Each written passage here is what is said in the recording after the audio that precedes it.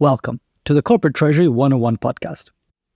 In this last and final segment of our interview with Etienne Chalmagne, Director of Financial Markets at Aliaxis and visiting professor at the School of Management in Lille, we are going to delve into ESG in Treasury and rating agencies and how they're involved in the process. Etienne has super experience. He's done Treasury, he's done banking, he's done everything in between. So he really understands Treasury very well, and especially this topic of ESG.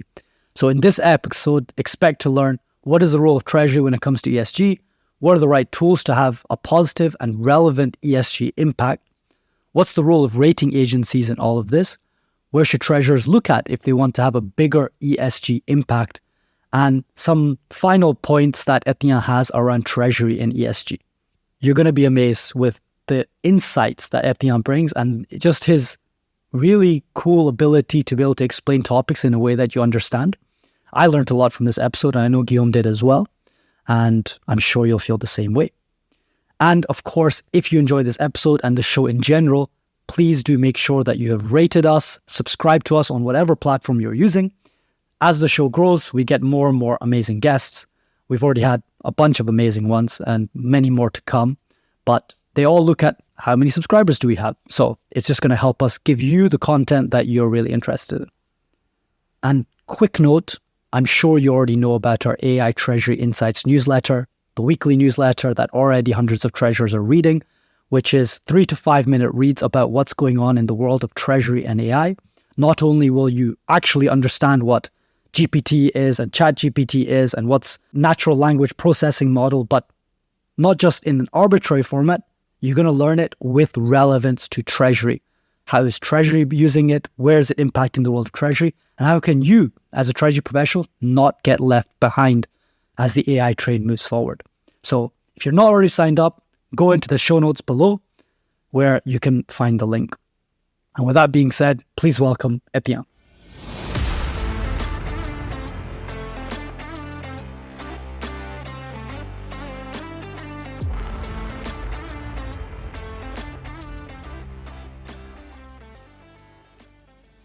What about the funding side?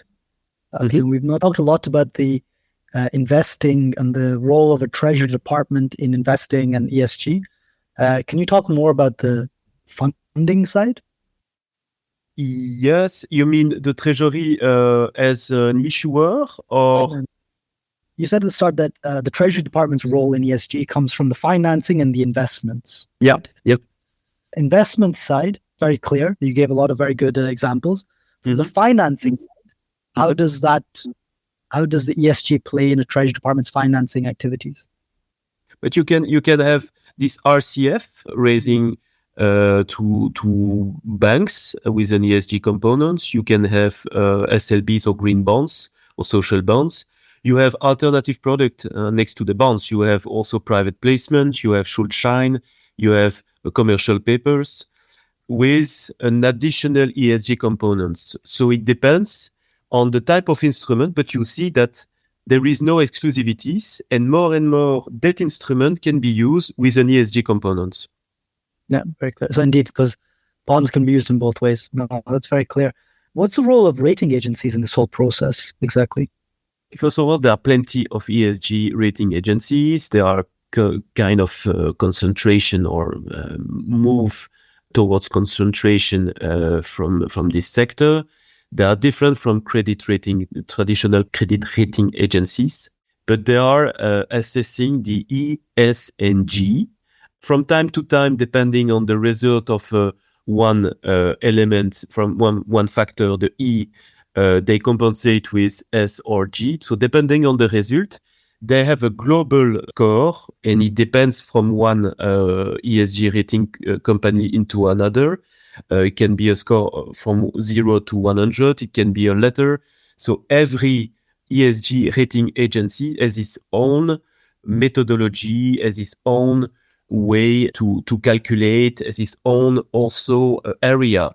So there are one focusing on governance, the other one focusing on environment. So it's extremely broad and large, but typically they provide with some information towards the investors so that it helps for the investors to invest or not into an ESG corporate. And next to that, you have the traditional credit rating agencies that use also ESG component that can impact the rating, the credit rating of a corporate, depending on the result, the performance, and the potential risk of ESG inside of a corporate. I guess there's a very big reputational element to this, right? I guess companies go out there and they claim to be very, ESG compliant and very much. But if the instrument that they thought was an ESG instrument underlying does not, then it could be a risk to the reputation, I guess, right? So I guess the rating agencies are super important in the whole process. They are super important, but there were criticism about the lacking of transparency and standardization and also greenwashing. So, for instance, the difficulty you have as a corporate is you want to control the information and you want to be as transparent as possible, to disclose what you can. But then as you may have ESG rating agencies with their own methodologies, with their own questionnaires at specific period of time during the year. So it's extremely challenging to meet all these criteria. And from time to time, when you focus on one versus another, you can miss communicating, controlling information, and then you may be penalized. So from time to time, it's also a problem of resource, of providing the right data, of methodologies. And that's why we see more and more regulation to help investors, but also issuers, to have something like standard in terms of reporting, in terms of information communicated, to avoid being penalized. No, very interesting. Very interesting indeed. But yeah, is there anything else that a treasurer needs to know about ESG that we haven't covered until now? Yeah, we've talked about financing and investment. It's the two main activities coming into our mind, but there are also, depending on the scope and the region where a treasurer can act or operate, you can see that a treasurer also has this responsibility to collect data, to work hand in hand with ESG department, with communication, with investor relations, with the ESG purpose. So it's also these elements, and we see that it's playing a growing role in ESG as well. You may find also that elements like the monetics or the way trade receivables or payables are typically used can also be improved towards ESG. A concrete example, by avoiding using papers or checks. In some countries, we're still using checks. In favor of digital payment, we bring ESG at work and we improve also the environmental benefits, okay, for a company. We can use also virtual credit cards. So this kind of initiatives is also, or maybe also, the responsibility of a treasurer and can help towards the ESG path of a corporate.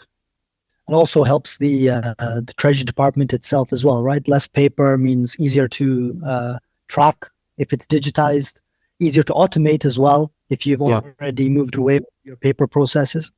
It's a good synergy overall with optimizing your treasury processes and ESG. It's nice that they work in harmony and not opposing to each other, right? Yeah, true. Are there instances of ESG which perhaps treasury departments need to make, let's say, compromises to certain costs or certain efficiencies in favor of ESG? Because everything you've described is also beneficial to the company itself, right? You mentioned the ESG funding is also more favorable in a lot of ways. It also drives efficiencies, the paper element as well.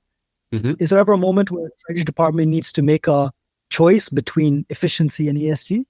No, I don't think so. It goes in hands in hands. So as long as the strategy is clear and the ambitious and purposes of the treasury is aligned with the ESG strategy of a corporate, I think it goes hand in hand and it won't impact.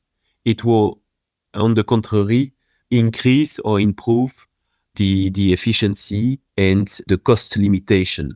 So I think it's the contrary. It's a positive. It's a positive. But as long as both, so ESG and treasury are both aligned. No, that's super good to know as well then, right? That you can improve your treasury processes whilst being ethically improving as well. So it's nice that it's win-win. That's what I mean. Exactly. Etienne, thank you so much for your time. You're clearly very, very knowledgeable in this domain. If people want to find out more about yourself, Aliaxis, ESG, and Treasury, where should they go to find out more? To make a long story short, so I'm Etienne Chalmagne. I have 23 years of professional experience in financial markets and treasury. And there are three pillars driving my career so far. First of all, the financial markets and treasury. So I wanted, and I did, occupy the various functions in debt, in everything related to debt. So I did some trading, some credit analysis, some syndication, and sales. So I covered the whole spectrum of debt. I've always been attracted and passionate by the debt instrument and the innovation. So I managed to trade lower tier 2, upper tier 2 solvency product or tier 1 product. But I also managed to, as an issuer, raise a convertible bond with an equity-linked component, the non-dilutive convertible bond. And more recently, I've been involved in SLB and SLL instruments. So I've always been in touch with debt and in innovation inside of debt. So that's the first element, first pillar. The second pillar is that I've always kept a foot in the academic environment. So I have a teaching fiber, and I started a PhD in 2009 in finance. And since then, I've always taught at university and at business schools, various financial courses. So this year, I've taught financial instrument and technology at IESEG, the business school in Lille. But before that, I've introduction to derivatives, credit risk management, international finance, so various courses of finance, which bring me the ability to share the knowledge. And that has always been one of the drivers intrinsically to myself, and also a way to challenge the evolution of your knowledge towards teaching to students.